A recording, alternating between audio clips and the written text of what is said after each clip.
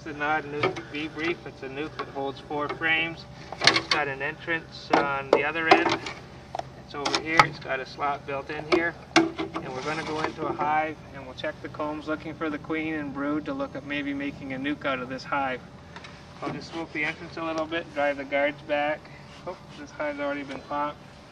So check the cover for the queen. No queen there. Just knock the bees in front. These are very nice bees. Ray Oliveris has let us check this equipment. So we'll wedge over some of the frames.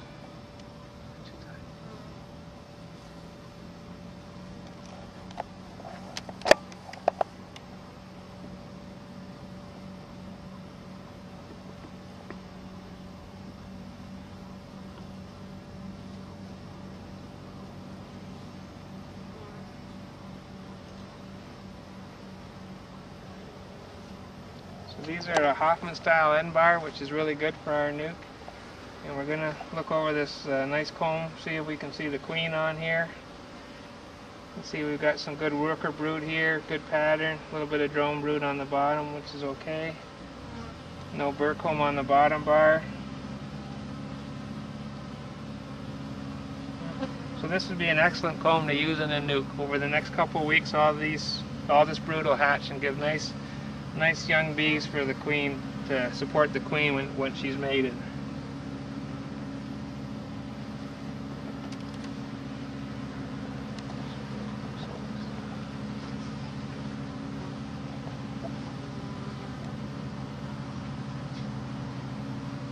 Here again, we're looking for the queen. Now this is where a second bee brief would be nice, and normally I have one on my right side for combs that make the grade for using for a nuke. And this comb doesn't have enough cap brood, so it should stay in the parent colony, so I put it to the left hand side. But for now I'm just going to set it here.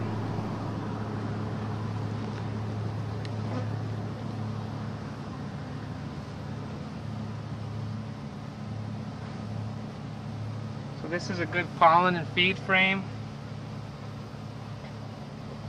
There's an excellent ring of pollen. It's hard to see, but about the width of the hive tool, there's a nice pollen ring. We got a bit of eggs in here, but they got lots of feed to support the queen.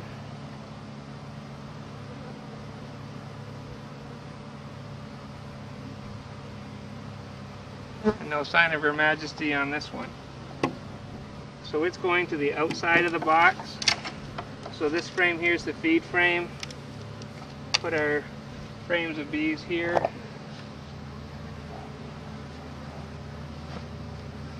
Oh, here's another nice frame of brood.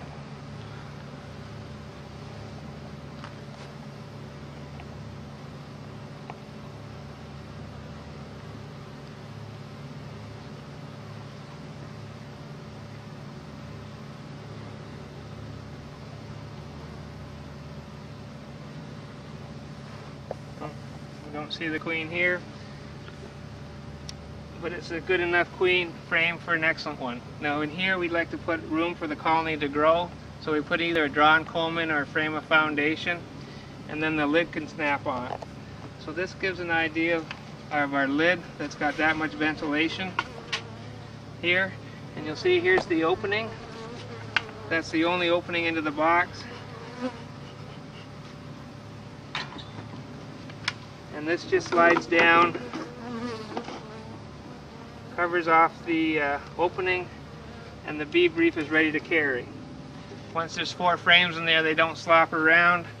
And this full, it's a little hard to carry 2 at a time, but when they're empty, you just carry them as a pair. It goes to the next yard.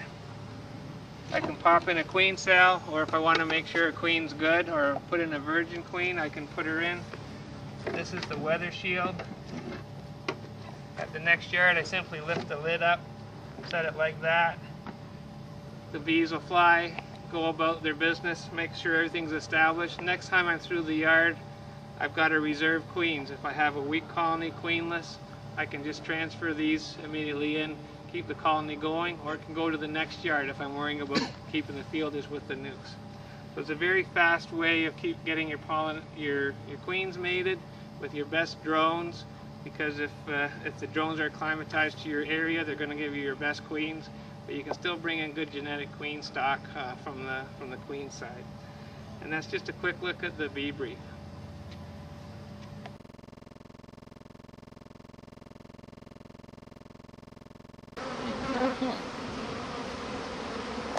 Okay, so now if you want to close that up, we'll throw a pad on. Okay, leaving these frames in or put them back in there? Well, it depends what you wanted to do. Like if you had wanted to do a split, right, you could add 2 more frames to this, take it to another yard just by dropping your screen on. She's ready to go. So just as you work this colony, you're doing all these sorts of things, and you're not set. You got somewhere to set the frames. Right. I work these in pairs because they carry in pairs. So I go in the bee yard. I got my smoker and high tool, and I got a pair of bee briefs. And so on the one, I have frames that I want to put back in the colony. And on the other one, I put ones that might make up a nuke just as I'm working it. Okay. Sometimes it works out, and I'm done as I leave the yard. Other times I find a queen, or there wasn't enough brood, or whatever, so it all goes back in. But just as part of my working the colony, I don't do things twice. So it really saves energy. Well, I'm all about saving time. So. Yeah. So these just, at the end of the yard, you look over, you know, you work 60 colonies, there's 20 bee briefs that comes back in your truck, ready to go. And they almost just show up because it's just part of working the yard. So there's no extra energy going in. So it's a really good way to get your hive numbers up. So, well, yeah, because it's something like, you know, we normally make our nukes tail end of April, 1st of May. Right. And it's something that, like in the, you know, if you're out there doing something in July, yeah, you could just, you know, all of a sudden you turn around, you got 20 nukes made up on the back. You bring in mated queens? Yeah.